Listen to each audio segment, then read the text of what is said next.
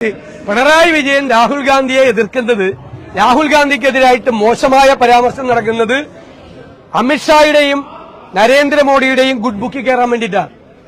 കാരണം കുറെ കേസുകൾ വെച്ച്, അദ്ദേഹത്തിനെതിരായിട്ടുള്ള കേസുകൾ വെച്ച് അവർ ബ്ലാക്ക്മെയിൽ ചെയ്യാണ്. തൃശൂരിൽ പാർലമെന്റ് തെരഞ്ഞെടുപ്പിൽ സുരേഷ് ഗോപിയെ ജയിപ്പിക്കാൻ കരുവന്നൂർ ബാങ്ക് വെച്ച് ഇഡിയെ വെച്ച് ബ്ലാക്ക്മെയിൽ ചെയ്തതുപോലെ ഇപ്പൊ ബ്ലാക്ക്മെയിൽ ചെയ്യാണ്. ഇപ്പൊ രാഹുൽ ഗാന്ധിയെ കുറിച്ച് മോശമായി സംസാരിച്ചാൽ നരേന്ദ്രമോദിയുടെയും അമിത്ഷായുടെയും ഗുഡ് ബുക്കിൽ കയറും. മനസ്സിലായോ? നല്ല സർട്ടിഫിക്കറ്റ് കിട്ടും.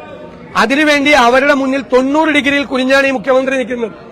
അമിത്ഷായും നരേന്ദ്രമോദിയും പറഞ്ഞാൽ ഏത് കടലാസിൽ ഒപ്പിട്ട് കൊടുക്കും.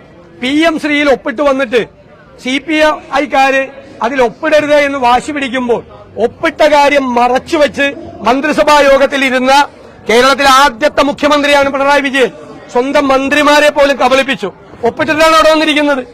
ഇവർ ഒപ്പിടരുതെന്ന് വാശി പിടിക്കുമ്പോൾ ഒപ്പിട്ട കാര്യം മിണ്ടാതെ സ്വന്തം മന്ത്രിമാരുടെ കയ്യിൽ നിന്നും ഈ വിവരം മറച്ചുവെച്ച കേരളത്തിലെ ആദ്യത്തെ മുഖ്യമന്ത്രിയാണ് പിണറായി വിജയൻ.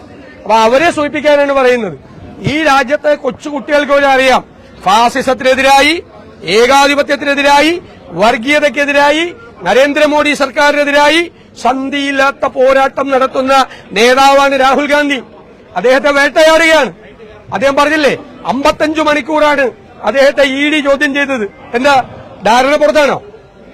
പിണറായി വിജയനോട് എനിക്ക് ചോദിക്കാനുള്ളത്, 55 മണിക്കൂർ ED സുഖമില്ലാത്ത സോണിയാഗാന്ധിയെയും ശ്രീ രാഹുൽ ഗാന്ധിയെയും ചോദ്യം ചെയ്തത് ഡീലായിരുന്നോ? പറയുമ്പോ സൂക്ഷിച്ച് നിങ്ങൾ പറയണം. നിങ്ങളായിക്കോ, നിങ്ങൾ അവരുടെ നല്ല പുസ്തകത്തിൽ കയറി ഈ കേസിൽ നിന്നെല്ലാം തലയൂരാൻ നോക്കിക്കോ. പക്ഷെ രാഹുൽ ഗാന്ധിയുടെ നേരെ വേണ്ട. അത് രാജ്യത്തെ ജനങ്ങൾക്ക് മുഴുവൻ അറിയാവുന്ന കാര്യമാണ്.